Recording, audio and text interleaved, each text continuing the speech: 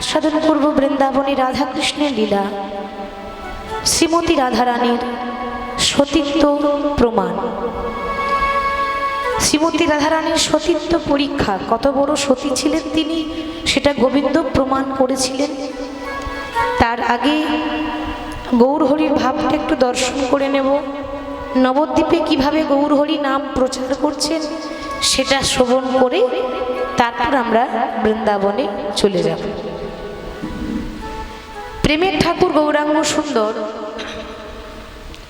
শ্রীধাম নবদ্বীপের মাটিতে যখন তিনি অবতীর্ণ নিয়েছিলেন, মাগো আমরা দেখবেন বলি ভগবানের জন্ম হয়েছিল, এটাই তো বলি বাবা, ঠিক তো? আচ্ছা সত্যি করে বলুন, ভগবানের কি জন্ম হয়? জন্ম তো আমাদের হয়, আমাদের মতো অধমের হয়। ভগবানের তো জন্ম হয় না, ভগবানের আবির্ভাব হয়। তিনি আমাদের মধ্যে আবির্ভাব নিয়েছিলেন, অবতীর্ণ হয়েছে। কোথায়? শ্রীধাম নবদ্বীপের মাটিতে। তো গৌরহরি যখন নাম প্রচার করতেন, মানে নাম যখন বিলিয়ে দিতেন, কেমন ভাবে জানেন বাবা? নদিয়ার পথে পথে ধুলাই গড়াগড়ি দিয়ে নাম করতেন। ভগবান হয়ে ধুলাই গড়াগড়ি দিচ্ছে কেন? মনে প্রশ্ন জাগবে। কীর্তন মানে তাই, যার এক একটা কথার এক একটা করে ব্যাখ্যা থাকে, যিনি সৃষ্টি স্থিতি লয় প্রলয়ের মালিক বাবা, যিনি বিশ্ব ব্রহ্মাণ্ডের মাতা পিতা ভগবান শ্রীকৃষ্ণ। উমা ভগবানের তো কোনো কিছুর অভাব ছিল না, তাহলে ভগবান হয়ে ধুলাই গড়াগড়ি দিল কেন? এই যে আপনারা বসে আছেন, যে জায়গায় বসে আছেন, এই মুহূর্তে জায়গাটার কিন্তু অনেক মূল্য আছে বাবা। এই মুহূর্তেটা কিন্তু সামান্য জায়গা নয়। কেন কেন জানেন? টাকা থাকলে দামি দামি সেগুন কাঠের চেয়ারে বসা যায়, টাকা থাকলে আমি গদিতেও বসতে পারবো, কিন্তু টাকা থাকলেও এই ভক্তের আসন পাওয়া যায় না। এটা বহু ভাগ্যের ফলে পাওয়া যায়। আর এই আসনে একজন বসেছিল, তিনি কি? রাজা পরীক্ষিত। একদিন নয়, দুদিন নয়, 3 দিন নয়, 7 দিন ধরে একরকম ভাগবত পাঠ শুনতে শুনতে, ভগবানের নাম শুনতে শুনতে তার মৃত্যু হয়েছিল। আচ্ছা বাবা একবার ভাবুন দেখি, ভগবানের নাম শুনতে শুনতে যদি মৃত্যু হয়, এরকম ভাগ্য কজনার হয়? তাই না? সৌভাগ্য কজনার হয়? রাত্রি লাখ টাকা ঘুম বাদ দিয়ে সব কিছু ফেলে আপনারা কষ্ট করে এসেছেন দুটো হরি কথা কৃষ্ণ কথা শুনবো বলে এসেছেন। যখন আমার দয়াময়ের কাছে প্রার্থনা করবেন, প্রভু যেদিন এই দেহ থেকে প্রাণ পাখিটা উড়ে চলে যাবে, সেদিন যেন নাম শুনতে শুনতেই মরণ হয়। ভাগবতের কথা শুনতে শুনতে পরীক্ষিতের মৃত্যু হয়েছিল, মানে তার মতো ভাগ্যবান আর কেউ ছিল না বাবা। আমরা কেউ জানি না আমরা কবে মরবো, জানতে পারবো কি? কিন্তু পরীক্ষিতের ভাগ্য হয়েছিল 7 দিনের মধ্যে মরবো, সে আগে আগে জানতে পেরেছিল।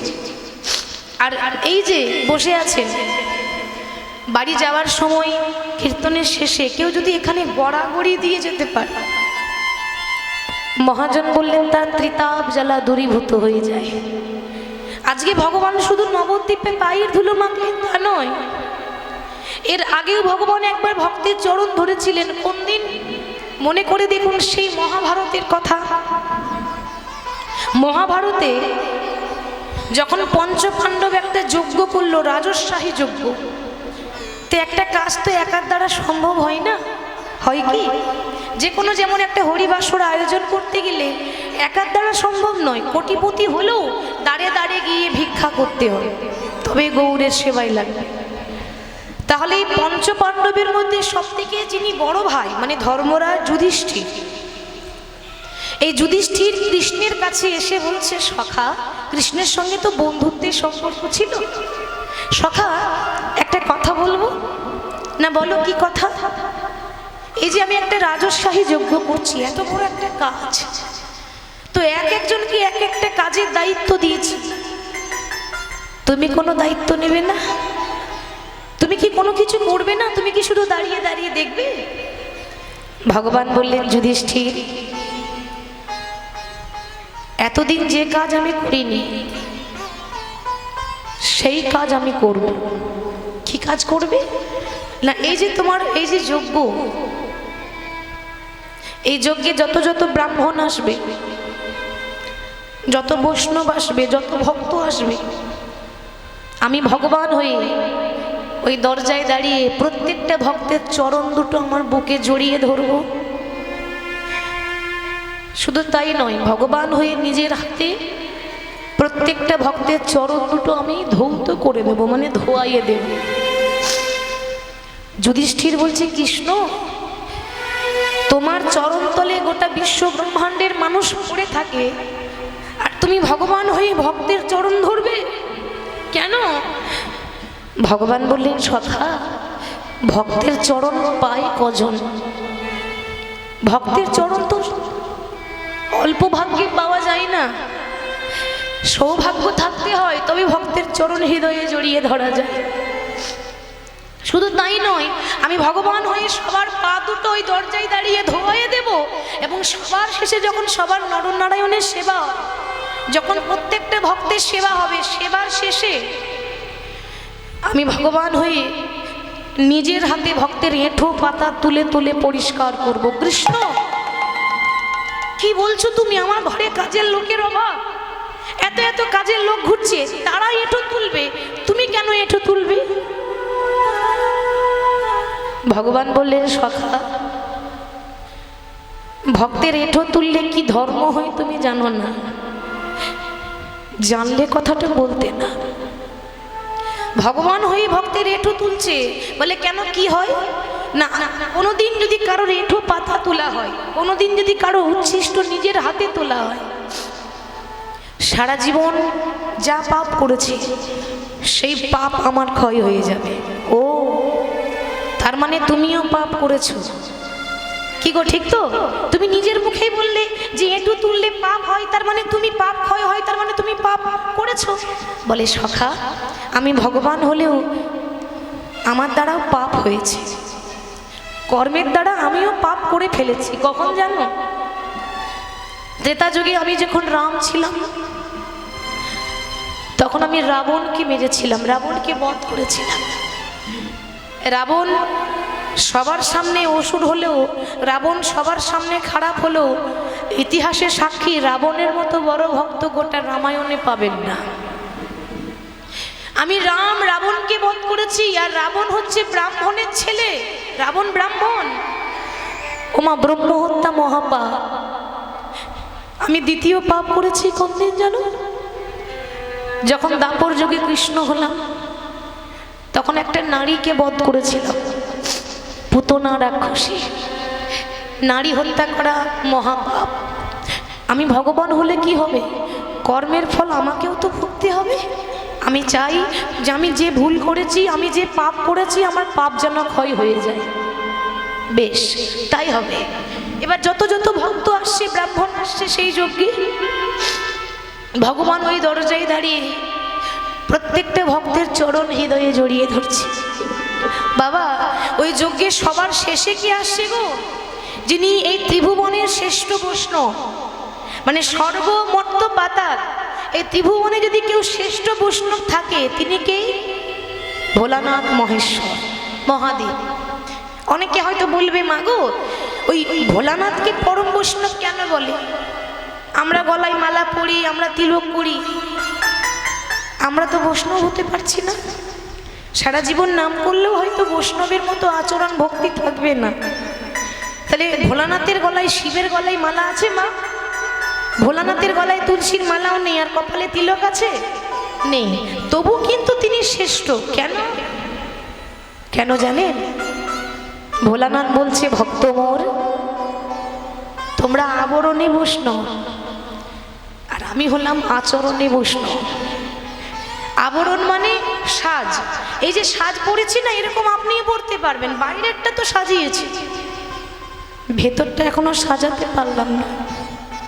ভোলানাথ বললেন, তোমরা বাইরে তো সাজিয়েছো, কিন্তু আমি আমার বাইরেরটা নয়, আমি আমার হৃদয়টা সাজিয়েছি, আমার অন্তরে কৃষ্ণ আছে, আমার বাইরে আবরণ সাজ লাগে না। ভোলানাথ মহেশ্বর এবং মা পার্বতী যখন সবারই শেষে আসছে, যখনই দেখছে কৃষ্ণ সবার চরণ দুটো জড়িয়ে ধরছে, ভোলানাথ চমকে গেলেন, কি কি দেখছি আমি? এ জগতে যিনি আমার গুরু, মানে শিবের গুরু, মানে কে? শিবের গুরু হচ্ছে রাম, আর যেই রাম সেই কৃষ্ণ, শুধু অবতারটা আলাদা, ওই জন্য নামটা পরিবর্তন হয়েছে। যেই রাম সেই কৃষ্ণ, আর সেই হলো চৈতন্য মহাপ্রভু। তাহলে মহাদেব দেখছেন যে আমার গুরুদেব ভক্তের চরণে জড়িয়ে ধরছে। আচ্ছা মা, গুরু যদি শিষ্যের চরণে ধরে অপরাধ হবে না? তাহলে আমি কি করে যাব? পার্বতী বলছে, কি গো দাঁড়িয়ে কেন, তুমি যাবে না? সবাই তো চলে গেল। ভোলানাথ বললেন, পার্বতী তোমার যদি এত পা ধোয়াবার শখ আছে তো তুমি যাও, আমার অত পা ধোয়াবার শখ নেই। মা পার্বতী নারী জাতি, অত কি আর সাত পাঁচ বোঝে? বুঝতে পারলো না, চলে গেল। আর ভোলানাথ লাইন থেকে সরে মনে মনে ভাবছে যে কি এমন করব যাতে পেরিয়েও যাব অথচ ভগবান আমাকে চিনতে পারবে না। দেখতে দেখতে একটা কুকুরের রূপ নিয়েছে, কুকুর হয়েছে। এবার হয়তো ভাববেন, ওমা কুকুর হওয়ার কি দরকার, আরো তো রূপ ছিল। কুকুর কেন হয়েছে জানেন? এ জগতে কুকুরের মতো প্রভু ভক্ত আর কেউ নাই। আপনার বাড়িতে যদি একটা কুকুর আসে, আপনি দুবেলা দুমুঠো খেতে দেন, আপনার দরজায় ঘুর ঘুর করবে। কেন? ও আমাকে খেতে দিয়েছে, ও আমার প্রভু, আমি তার দাস। ভোলানাথ মনে ভাবছেন, তিনি তো প্রভু, আমি তো তার সামান্য, তার পায়ের ধুলোর যোগ্য আমি নই। আমি কুকুরের রূপ নিয়েছি। এবার ভোলানাথ কুকুরের রূপ নেওয়ার পর মনে মনে ভাবছি, আমি পেরিয়ে চলে যাব, ভগবান চিনতেই পারবে না। কিন্তু বাবা, সবার কাছে ফাঁকি দেওয়া যায়, ভগবানের কাছে ফাঁকি দেওয়া যায় না। ভগবান মনে মনে ভাবছে, ভালোই হলো ভোলানাথ, তুমি আর কত চালাক তুমি জানো না, আমি আবার তোমার থেকে আরো বেশি চালাক। তা ভালোই হলো, আগে দুটো চরণ ছিল, এখন চারটে হয়েছে। কি গো, ঠিক তো মা? কুকুর হয়েছে মানে চারটে পা হয়েছে, চারটে পা জড়িয়ে ধরবো মানে আমার ভাগ্য আরো ভালো হলো। এসো, আমিও ফাঁদ পেতে দাঁড়িয়েই আছি, দেখি তুমি কি করে পেরিয়ে যাও। আমিও ফাঁদ পেতে দাঁড়িয়ে আছি। ভগবান তার কম চতুর নয়, ঠিক এইভাবে দাঁড়িয়ে আছে, জানে তো যে ও পায়ের ফাঁকেই ঢুকবে। ঠিক যেই না দাঁড়িয়েছে, ভোলানাথ মনে মনে ভাবছে, বাহ, রাস্তা তো ক্লিয়ার আছে, কেউ নেই, আমি ওই পায়ের ফাঁকে পেরিয়ে যাব। এত লোকের ভিড়ে কি আর ভগবান চিনতে পারে নাকি? যেই না কুকুর হয়ে ভগবানের পায়ের ফাঁকে মাথাটা ঢুকিয়েছে, অমনি ভগবান পা দুটোকে এক জায়গায় করে দিয়েছে। মাঝখানে কে আটকেছে? কুকুর রূপী ভোলানাথ। তো কুকুর রূপী ভোলানাথ বলছে, প্রভু এ তুমি কি করছো? ছেড়ে দাও, তুমি না আমার গুরু, আর তুমি যদি আমার পা দুটো ধরো আমার তো পাপ হবে, আমার তো অপরাধ হবে। ভগবান বললেন, ভোলানাথ তুমি ভালো করে জানো আমি তো ছাড়বো বলে ধরি নাই, তুমি বোধহয় জানো না এ জগতে যাকে আমি একবার ধরি তাকে আমি ছাড়ি না, আর পেয়েছি যখন তখন আর ছাড়ছি না। বলি, দাউ দাউ ছড়ো তুমি বাড়ায় দাও, দাউ দাউ ছড়ো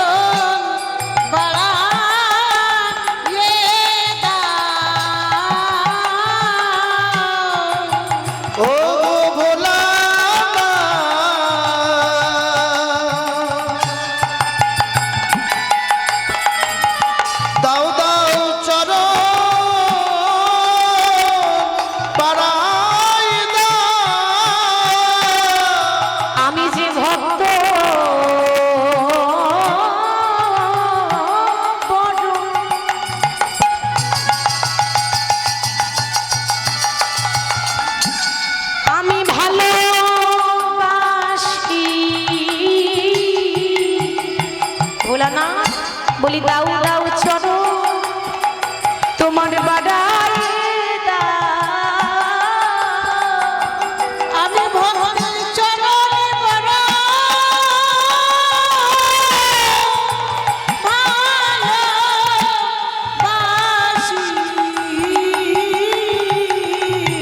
দাউ দাউ চরণ বাড়ায় দাও।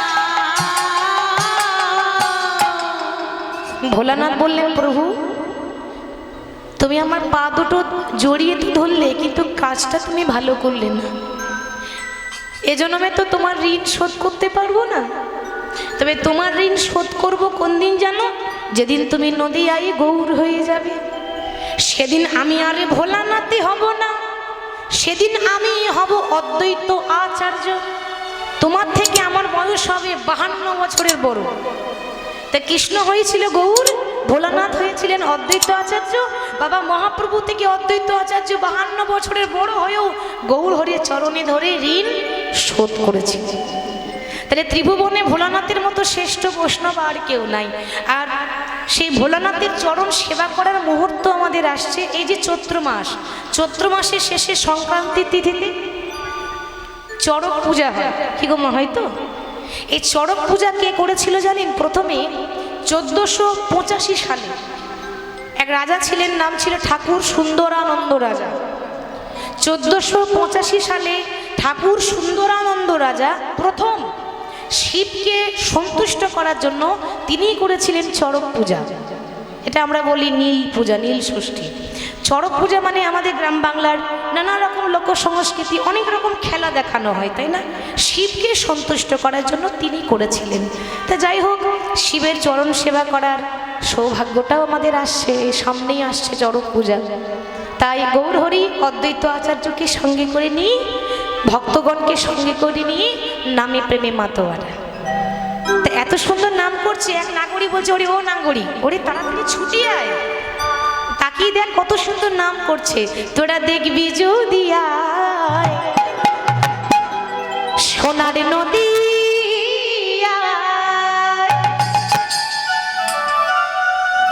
আমার লক্ষ্মী মায়েদের বলছি, একটু উলুধ্বনি হবে, বেশ জোর করে লক্ষ্মী মায়ের মতো দিয়ে দেবে, জোরে। আচ্ছা বাবার একটু হরিধ্বনি দেবেন, নিতাই গৌর হরি হরি বল সবাই। তোরা দেখবি যদি আয় সোনার নদী আয়, সচি মাথায় ধুলা লিয়া নেচে নেচে যায়। তোরা সবাই মিলে গাইবেন হরি হরি। সোনার নদী আয়, সচি মাথায় ধুলা লিয়া নেচে নেচে যায়। তোরা দেখবি যদি আয় সোনার নদী আয়, সচি মাথায় ধুলা লিয়া নেচে নেচে যায়।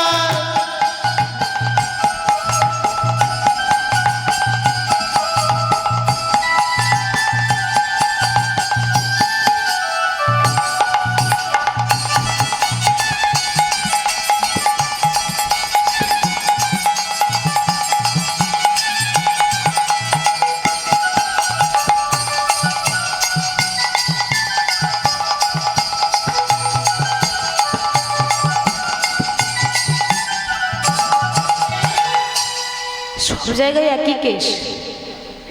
ওই দেখেছেন হাসতে শুরু করেছে, হাসবে না কেন? আমি যদি বলি ও মা একটু করতালি দেন, বলে এই তো দিচ্ছি, আবার কি করে দেব? ও বাবা যদিও বা দেয় তো কিরকম দেয় জানেন? আচ্ছা আপনারাই বলুন, এরকম করতালি দিলে চলবে? হবে না কেন? আমাদের কলিযুগের ভক্ত তো, এই আমাদের করতালিগুলো হয়ে গেছে প্লাস্টিকের করতালি, সাউন্ড হয় না। এমন ভাবে করতালি দেবেন একেবারে আশেপাশে গ্রামের মানুষ যেন শুনতে পায় যে কীর্তন হচ্ছে, জোরে জোরে। কেমন লক্ষ্মী মা মা সবাই করতালি দিয়ে। আচ্ছা ভগবানের জন্য হাত তুলবো, তাতেও লজ্জা? আপনারা তবু দিচ্ছেন, অন্যান্য জায়গায় 10 বার বলতে হয় তবে দেয়, মানে খুব লজ্জা, হাত তুলতে পারবো না। কেন? দেখুন হরির নামে লজ্জা করছি। আর একটা সময় আসে বাবা, ওই রাস্তায় রাস্তায় হাত তুলে বেড়ায়। কখন বলুন তো? দিতে হবে, দিতে হবে, দিতে হবে, দিতে হবে। কি তখন কষ্ট হয় না? রোদে রোদে ঘুরে ঘুরে হাত তুলে। আর যদি ঠাকুরের নামে হাত তুলতে বলি তাহলে খুব লজ্জা। দেখি সবাই হাত তুলবেন, তাদের হাত আছে তুলুন, যাদের নেই তোলার দরকার নেই। সবাই তোরা দেখবি যদি আয় সোনার নদী আয়, সচি মায়ের ধুলা লিয়া নেচে নেচে যায়। তোরা দেখবি যদি আয় সোনার নদী আয়, সচি মাথায় ধুলা লিয়া নেচে নেচে যায়। তোরা দেখবি যদি আয় সোনার নদী আয়, সচি মাথায় ধুলা লিয়া নেচে নেচে যায়।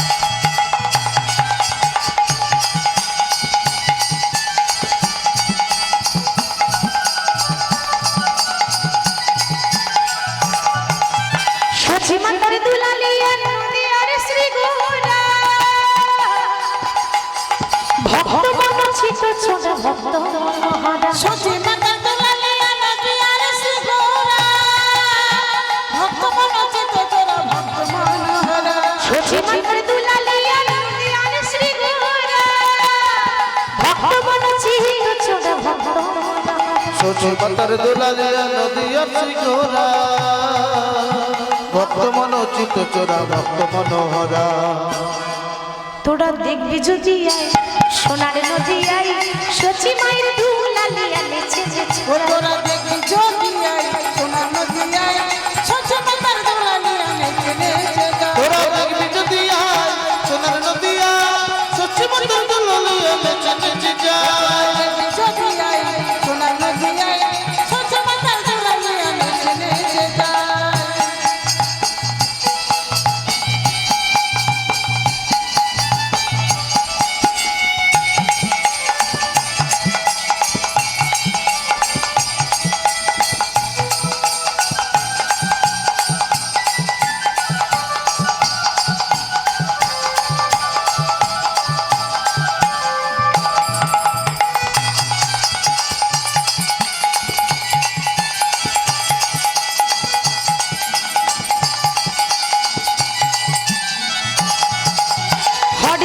হরে কৃষ্ণ কৃষ্ণ কৃষ্ণ হরে হরে হরে রাম রাম রাম হরে হরে হরে কৃষ্ণ কৃষ্ণ কৃষ্ণ হরে হরে হরে রাম রাম রাম হরে হরে। হরে কৃষ্ণ কৃষ্ণ কৃষ্ণ হরে হরে হরে রাম রাম রাম হরে হরে।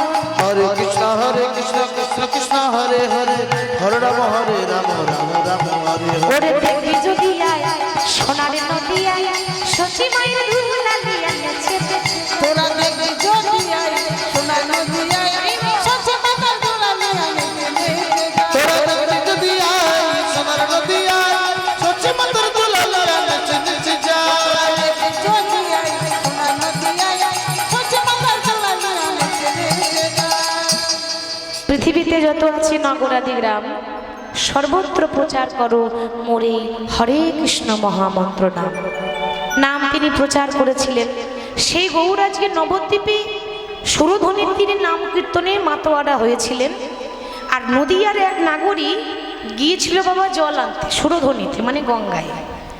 এখন জল আনতে গিয়ে মাগো যেই না কলসিটা ওই জলে ডোবাতে যাবে মানে যেই না গঙ্গার জল আনতে যাবে ডোবাতে যাবে অমনি তার চোখের সামনে একটা ছটা লাগা। চারিদিকে তাকাচ্ছে, এটা কিসের ছটা? আমি যে জল দিতে যাচ্ছি কলসিটা ডোবাতে যাবে চোখে ছটা আসতে, কিসের ছটা? এটা তো সূর্যের আলো নয়, এটা তো চাঁদেরও আলো নয়, আলোটা কিসের? ছটাটা কিসের? বাবা আসলে এটা হলো গৌর হরির রূপের ছটা। তার কাছে সোনার মতো রূপ, সোনার বরণ গৌর হরি দেখে দর্শন করে এমন ছটা লাগলো, কখন যে তার হাত থেকে কলসি ফসকে গেল সে নিজেই বুঝতে পারলো না। ঘরে এসেছে কিন্তু তার আর গৃহ কাজে মন বসছে না। কেন? এ জগতে যেজন একবার গৌরের রূপে নয়ন দিয়েছে তার আর সংসার ভালো লাগে না। যে একবার গৌরকে ভালোবেসেছে সে সংসারে থাকে কিন্তু মন বসে না। হরি বল। আর এ জগতে যে একবার ভগবানকে ভালোবাসে তার দশা কি হয় গো?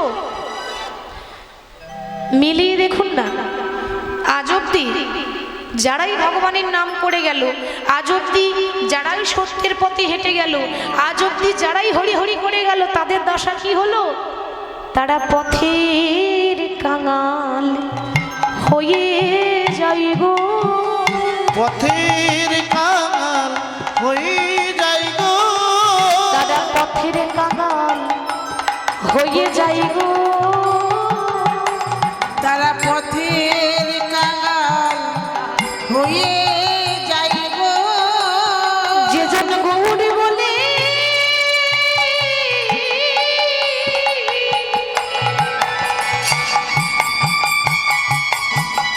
যে জন গৌরী বলে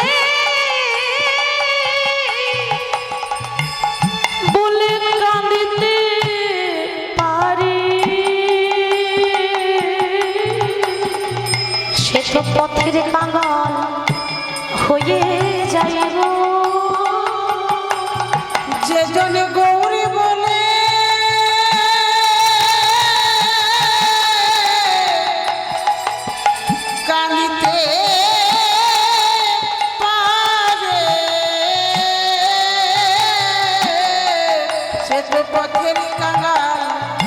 হয়ে যাইব যে যেন গৌরী বলে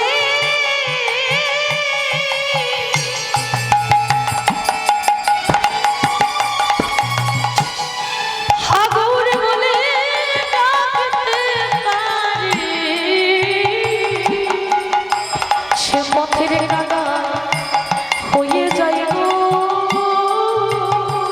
যে জনে গৌরী বলে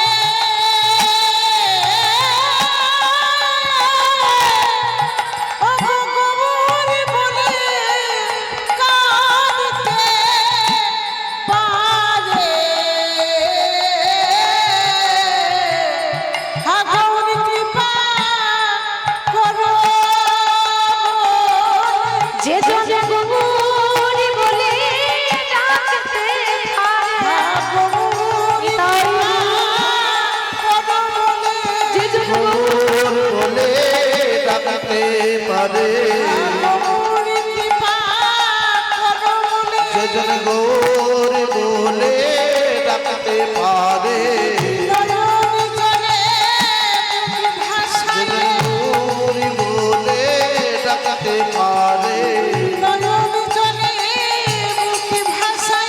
গৌর বলে ডাকতে পারে গৌর বলে ডাকতে পারে সেজন গৌর বলে ডাকতে পারে গৌর বলে ডাকতে পারে সেজন গৌর বলে ডাকতে পারে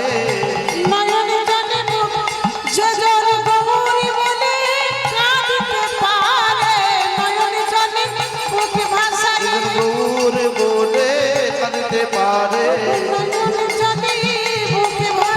গৌর বলে কাঁদতে পারে গৌর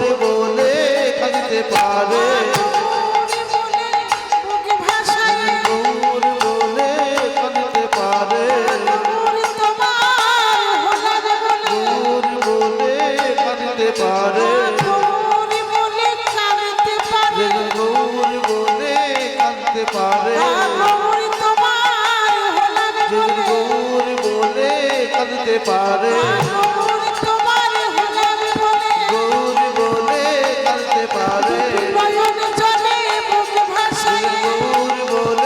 কাঁদতে পারে সেজন গৌর বলে কাঁদতে পারে সেজন গৌর বলে কাঁদতে পারে গৌর বলে কাঁদতে পারে সেজন গৌর বলে কাঁদতে পারে গৌর বলে কাঁদতে পারে গৌর বলে কাঁদতে পারে সেজন গৌর বলে কাঁদতে পারে গৌর বলে কাঁদতে পারে গৌর বলে কাঁদতে পারে সে তো পথের কাঙা হয়ে যাইব সে পথের কাঙাল হয়ে যায় তার আর আপন বলতে কিছু থাকে না তাই নাগরী আর এক নাগরী বলছে কিরে তুই গঙ্গাতে জল আনতে গিয়েছিলিস না কি হলো জল কই আর কলসিটা কই জলও নেই কলসিও নেই কি হয়েছে বলতো নাগরী আর এক নাগরীকে বলছে সই ওই জল আনতে গিয়ে এমন একটা রূপের মানুষকে দেখে এলাম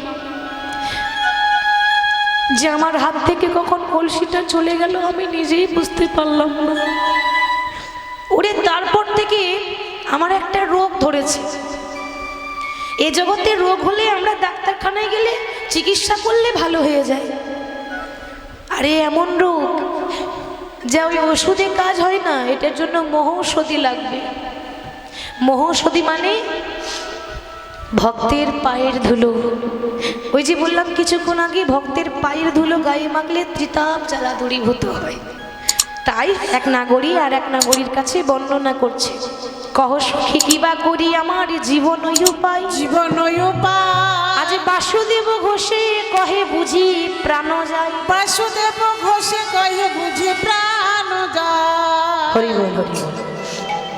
গৌর হরিকে দর্শন করে তার এই দশা, ঠিক তেমনই হবে বৃন্দাবনে। কৃষ্ণকে ভালোবাসি রাধারানীর যে বিরহ, সেটা সখীদের কাছে বর্ণনা করবেন। সেটা দেখতে গেলে আমাদের বিষয়ে যেতে হবে। আচ্ছা, আমার সঙ্গে কে কে বৃন্দাবন যাবেন হাত তুলে দেখান। আপনারা যাবেন না নাকি? না রাগ করেছেন? রাগ করেননি তো? তাই দেখি সবাই হাত তুলুন দেখি। আর ওই পেছনে আপনারা হাত তুলছেন না কেন?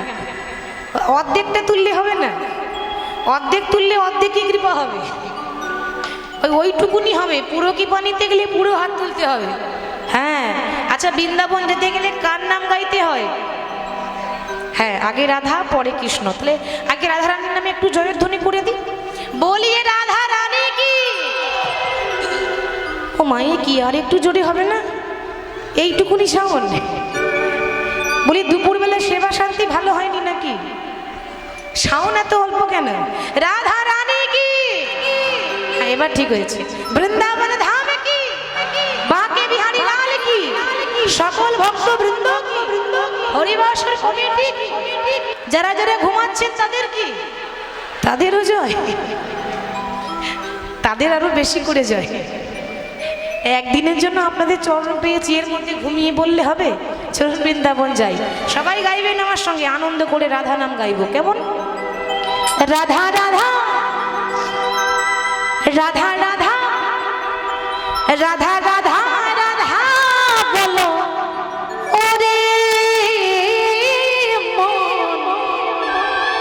সবাই হাত তুলে দেখি আমার সঙ্গে। বাহ! যদি যাবি, যদি যাবি, যদি যাবি মধুর বৃন্দাবন। ও রাধা রাধা রাধা রাধা রাধা রাধা রাধা বলো ওরে মন, যদি যাবি মধুর বৃন্দাবন। ও রাধা রাধা রাধা রাধা বলো ওরে মন, যদি যাবি মধুর বৃন্দাবন।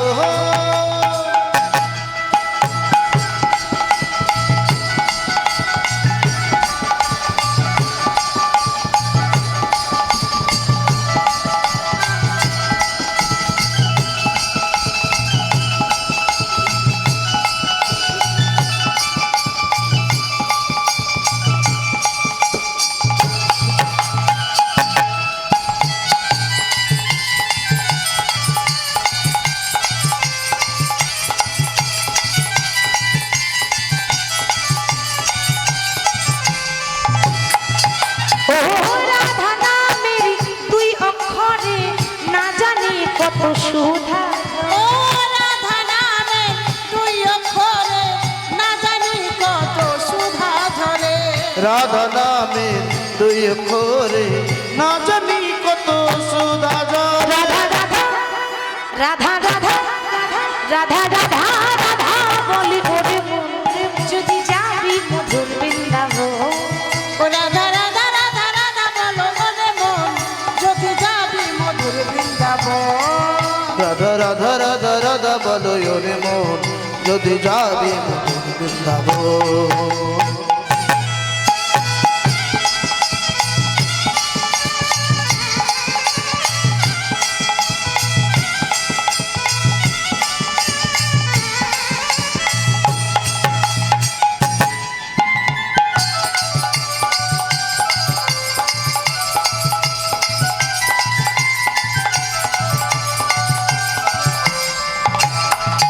ও রাধা নামের তরুলতা সবাই বলে রাধা রাধা।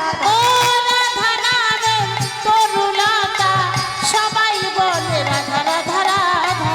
রাধা নামের তরুলতা সবাই বলে রাধা রাধা। রাধা নামে তরুলতা সবাই বলে রাধা রাধা রাধা। ও রাধা রাধা ও রাধা রাধা ও রাধা রাধা রাধা বলি ওরে মন, যদি যাবি মধুর বৃন্দাবন। ও রাধা রাধা রাধা রাধা বলো ওরে মন, যদি যাবি মধুর বৃন্দাবন। ও রাধা রাধা রাধা রাধা বলো ওরে মন, যদি যাবি মধুর বৃন্দাবন। রাধে রাধে রাধে ও রাধে রাধে রাধে শ্রী রাধে রাধে। আস্তে আস্তে তোমরা যা গাইছো তোমাদের থেকে মায়েরা ভালো গাইছে। ওরা প্রতিদিনই তো গায়। আজকে আপনারা গাইবেন। কি গো মা, গাইবেন তো? সবাইকে গাইতে হবে কিন্তু। আগে আমি বলি, তারপর আপনারা বলবেন রাধে রাধে। আগে আমি বলবো, তারপর করতালি দিয়ে বলুন রাধে রাধে বৃন্দাবন মে। আর একটু জোরে হবে না? হ্যাঁ হবে হবে, চেষ্টা করুন না, চেষ্টা করলে সব হয়। রাধে রাধে বৃন্দাবন মে। শুধু মায়েরাই বলছে, বাবারা বলছে না, সবাইকে বলতে হবে। বাবা এরকম সৌভাগ্য পাওয়া যায়? আপনারা বলুন। আপনি ভাববেন বাবা তুমি গাইছো, তুমি গাও, তোমাকে এনেছি, তা নয়। সৌভাগ্যটা সবার হয়েছে ভগবানের নাম বলা, এই সুযোগ হারাতে নেই। হয়েছে যখন সবাই গাইবো রাধে রাধে। বাহ, বৃন্দাবন মে, केशी घाट में, बंशीवन में, गली गली में, अरे कुंज गली में, निधुवन में, मधुबन में, राधे राधे तालबन में, राधे राधे भंडीरबन में, राधे राधे द्वादशवन में, राधे राधे हमारो प्यारी राधे सखी प्यारी, राधे राधे प्रेम से बोलो, राधे राधे भाव से बोलो, राधे राधे अरे हाथ उठा के, राधे राधे हाथ उठा के, राधे राधे ताली बजा के, राधे राधे मिलकर बोलो, राधे राधे जोर से बोलो, राधे राधे और जोर से, राधे राधे और जोर से, राधे राधे और जोर से, राधे राधे राधे राधे, राधे राधे श्री राधे राधे, राधे राधे श्री राधे राधे, राधे राधे श्री राधे राधे, राधे राधे श्री राधे राधे, राधे राधे श्री राधे राधे, राधे राधे श्री राधे राधे, राधे राधे, राधे राधे, राधे राधे, बोली राधा रानी की। এবার মনকে নিয়ে যাবো সেখানে, কোথায়? সেই মধুর বৃন্দাবনে। ওই জন্য বলছে ওরে রাখাল রাজা বলে দে না কোথায় বৃন্দাবন, যেথায় শ্যামকুণ্ড রাধাকুণ্ড গিরি গোবর্ধন।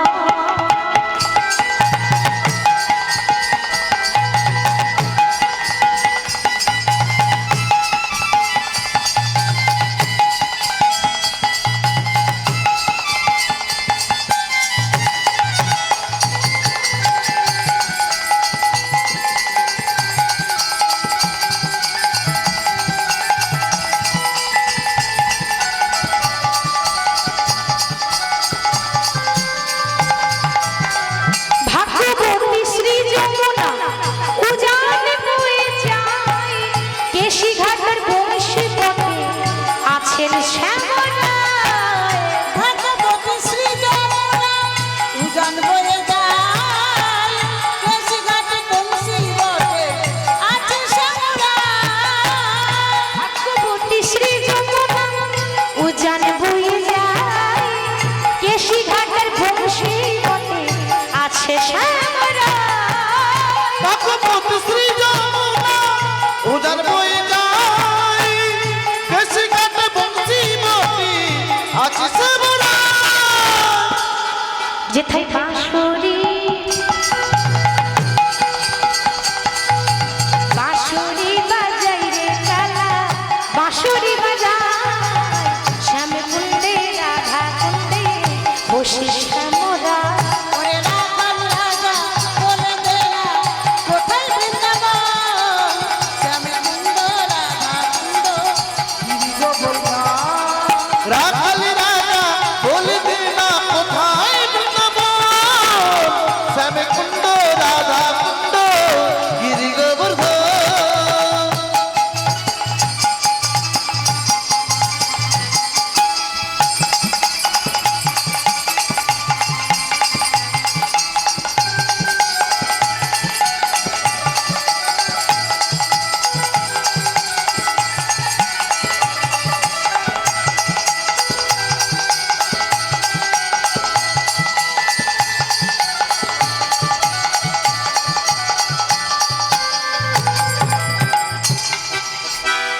রাধা নাম গাইতে গাইতে ভজনের মাধ্যমে আমরা বিষয়ে এলাম। বৃন্দাবনে এলেই রাধা নাম একটু গাইতেই হয়, কারণ রাধারানীর কৃপা ছাড়া প্রভু কৃষ্ণ কৃপা নয়, লোক মুখে কথা নয়, শ্রীমদ্ ভাগবত গীতাই কয়। বৃন্দাবনে আস্বাদন করব রাধারানীর সতীত্ব পরীক্ষা বা সতীত্ব প্রমাণ। আপনারা সবাই জানেন বৃন্দাবনে দুটো কুণ্ড আছে মা, একটা শ্যামকুণ্ড আর একটা রাধাকুণ্ড। আজকে গোবিন্দ আমার ওই রাধাকুণ্ড তীরে বসে আছেন, আর ওদিকে শ্রীমতী রাধারানী আমার বাদিনীর ঘরে বাস করে, তো শাশুড়ি ননদী এত কিছু উপেক্ষা করে ছলনা করে আসে। ওমা রাধারানীর শাশুড়ি ননদী রাধারানীকে কালো মেঘের পানে চাইতে দেয় না। কেন গো? কালো মেঘের পানে চাইতে মানা কেন? মেঘও কালো আর আমার কৃষ্ণ কালো। একটা কথা বলি, আপনারা এসেছেন কার জন্য? আমাদের মতো অধমীর জন্য নয়। আপনারা যার জন্য এসেছেন ওই কালোটার জন্য তো এত আয়োজন। ঠিক বলছি তো? ওই কালো দেখার জন্যই তো এত আয়োজন হয়েছে।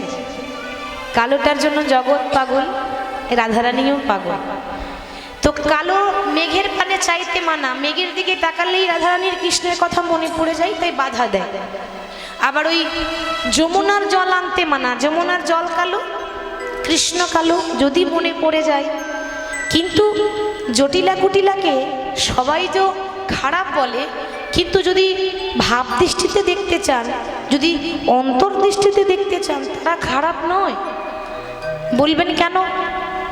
জটিলা কুটিলা সবাই বলে রাধারানীর শাশুড়ি ননদী বড় খারাপ, জ্বালাতন করতো, কষ্ট দিত, এটাই তো বলে, এটাই তো জানি আমরা। কিন্তু ভেতরের কথা কিন্তু তা নয়।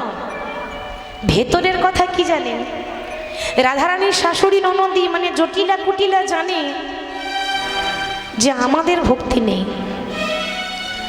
আমরা জীবনেও কৃষ্ণকে ডাকতে পারবো না, আমরা জীবনেও কৃষ্ণকে ভালোবাসতে পারবো না।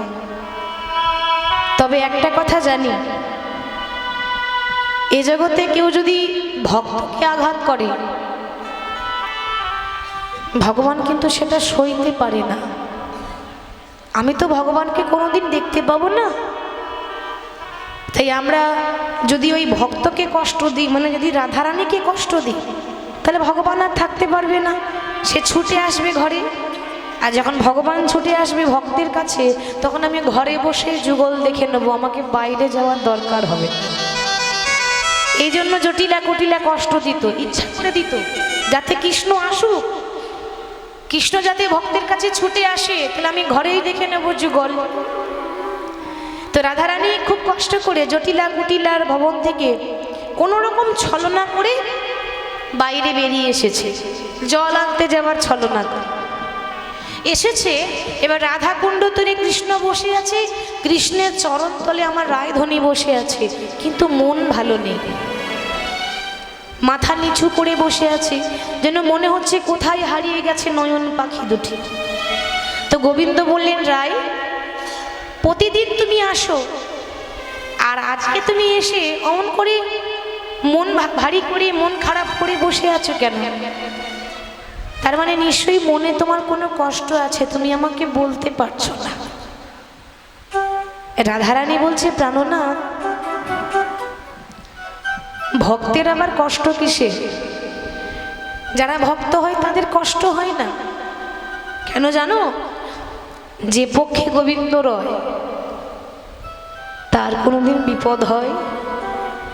বিপদে গোবিন্দ গোবিন্দ প্রাণ, আর গোবিন্দই রাখে দাসীর মান। আমার কষ্ট অন্য কিছু না, আমার জীবনেও কষ্ট নেই, কিন্তু একটা অভিযোগ আছে তোমার কাছে, একটা অভিযোগ। কি অভিযোগ জানো? এতদিন কোনোদিন তোমাকে বলিনি আমাকে গাড়ি দাও, বাড়ি দাও, টাকা পয়সা দাও, কিছু চাইনি। আজ আমার একটা দুঃখ, আমি তোমার নাম করি বলে, তোমায় ভালোবাসি বলে বৃন্দাবনের লোকে কৃষ্ণ কলঙ্কিনী বলে। কলঙ্কিনী মানে গালি দেয়, এটা কিন্তু একটা গালি দেওয়া হচ্ছে। আমাকে অনেক রকম কটু কথা বলে, নিন্দা করে।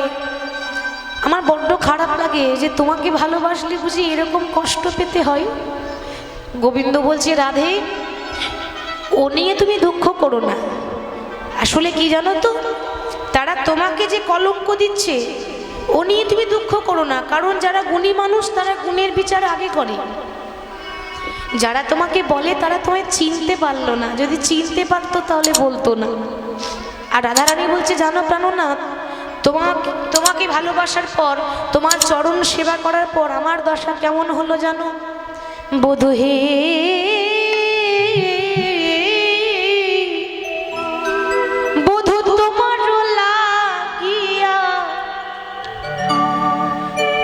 কলঙ্কের মালা গলাতে পড়েছি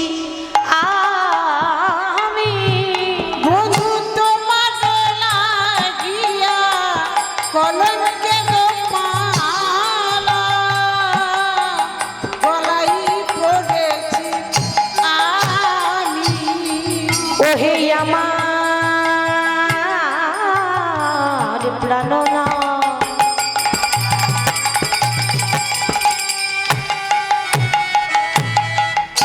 বলি ওহে আমার প্রাণের বধূ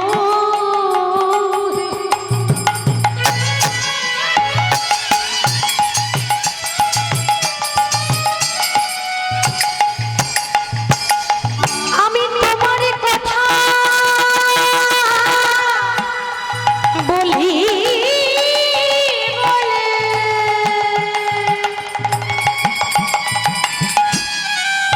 আমায় সবাই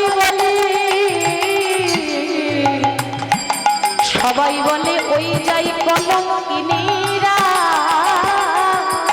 বধূ তোমার লাগিয়া কলঙ্কের মালা গলায় পড়েছি আমি। বধূ যাহাই উচিত তুমি বড় হবে ওহে জগতের স্বামী।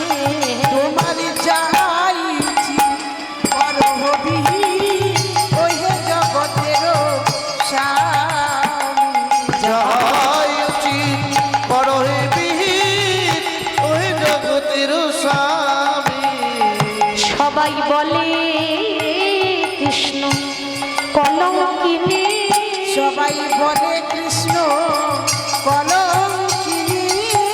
বধূ তোমায় ভালো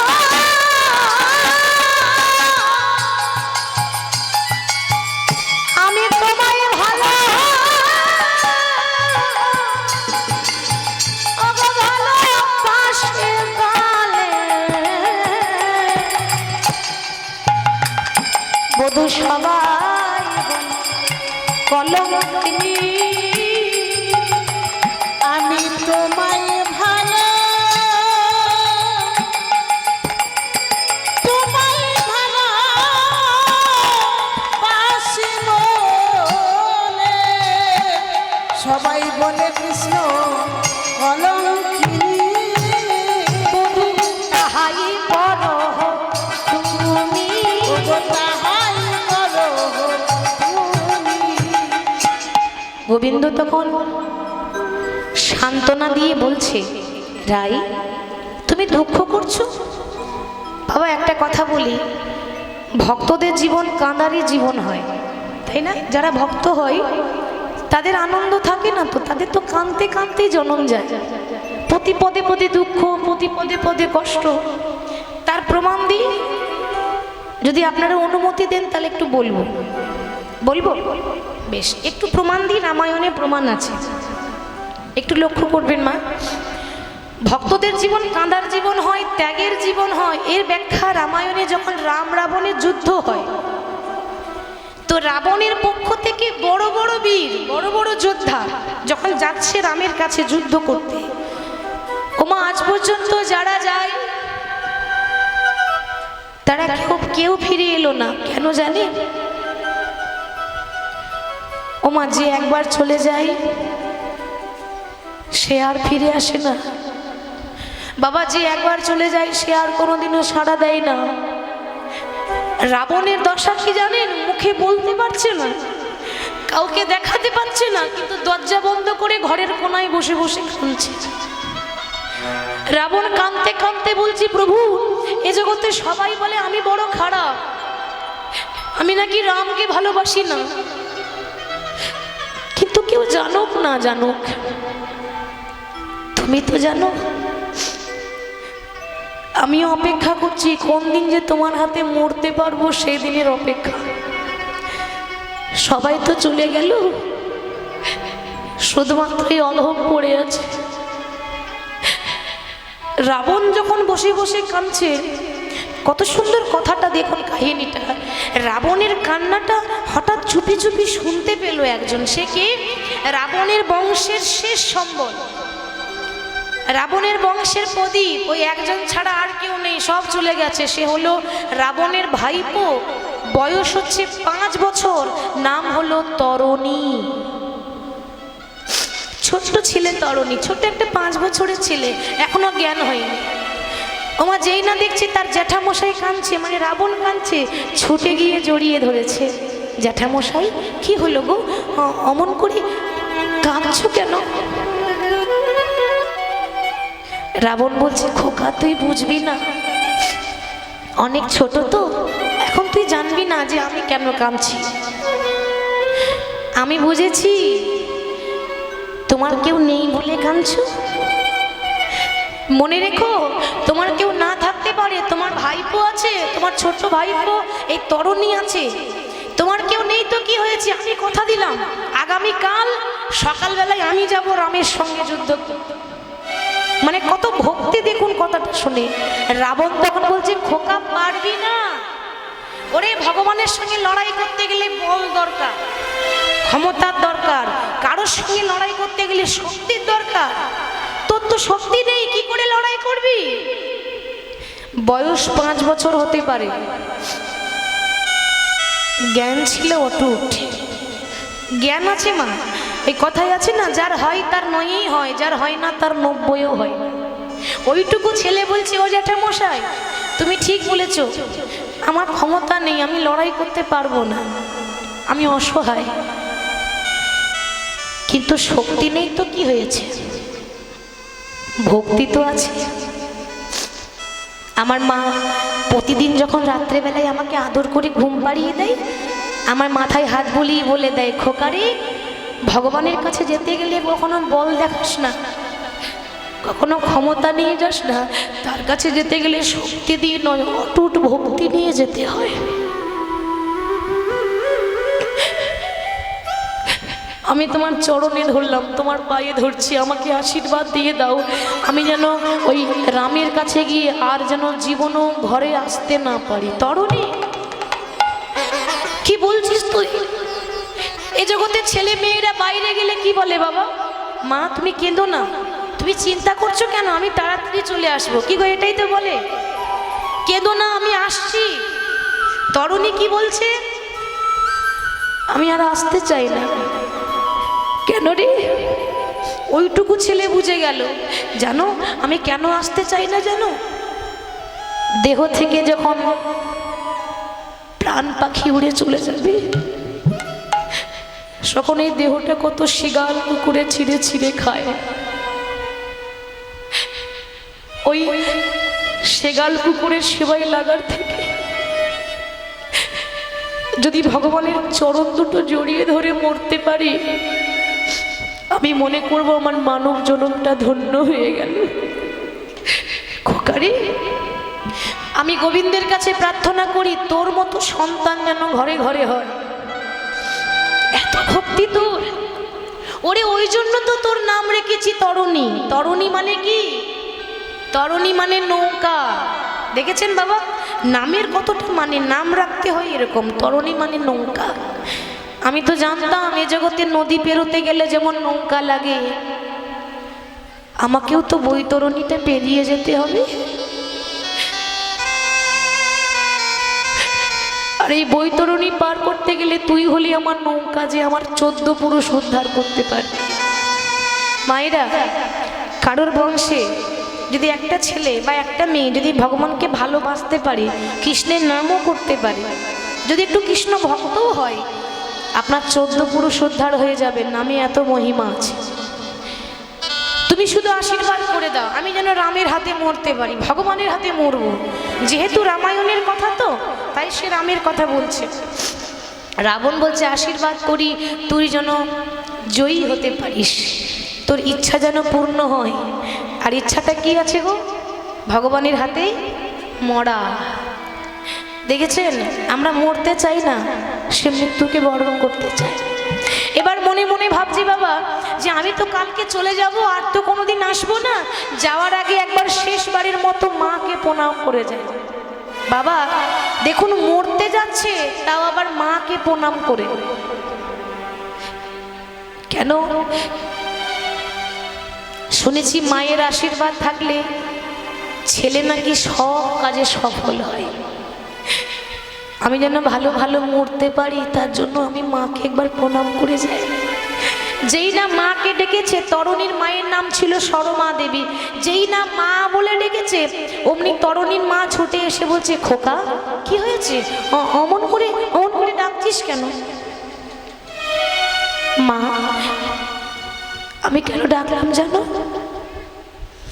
আমার মনে হয় এ জন্মে আর তোমার সঙ্গে আমার দেখা হবে না, চলে যাবো তো যদি কোনোদিন মা বলে ডাকতে না পারি। তাই শেষবারের মতো একবার মা বলে ডাকতে এলো।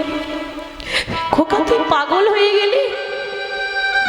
আমার 7 নয় 5 নয়, আমার একটা সন্তান, বলছে কি আমি মা বলে ডাকতে পারবো না? কেন কেন জানো? আমি যে শেষ যাত্রা করছি, আর এমন জায়গায় যাবো যেখানে গেলে কেউ ফিরে আসে না। তোমার এই 5 বছরের ছেলে তোমার কাছে কোনোদিন কিছু চাইনি, গাড়ি বাড়ি চাইনি, কিন্তু আজকে আমি আঁচল পেতে দাঁড়ালাম।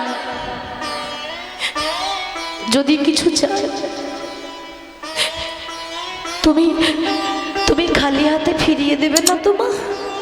খোকা কি বলছিস তুই? ওরে সবই তো তোর, এই গাড়ি বাড়ি কার জন্য? সব তো তোর জন্য, বল কি চাস? না না ওগুলো লাগবে না, ওটা ভক্তের অলংকার নয়, ভক্তের অলংকার মোটা মোটা গলার হার নয়। আমার ওসব প্রয়োজন নেই, আমি তাতে সন্তুষ্ট।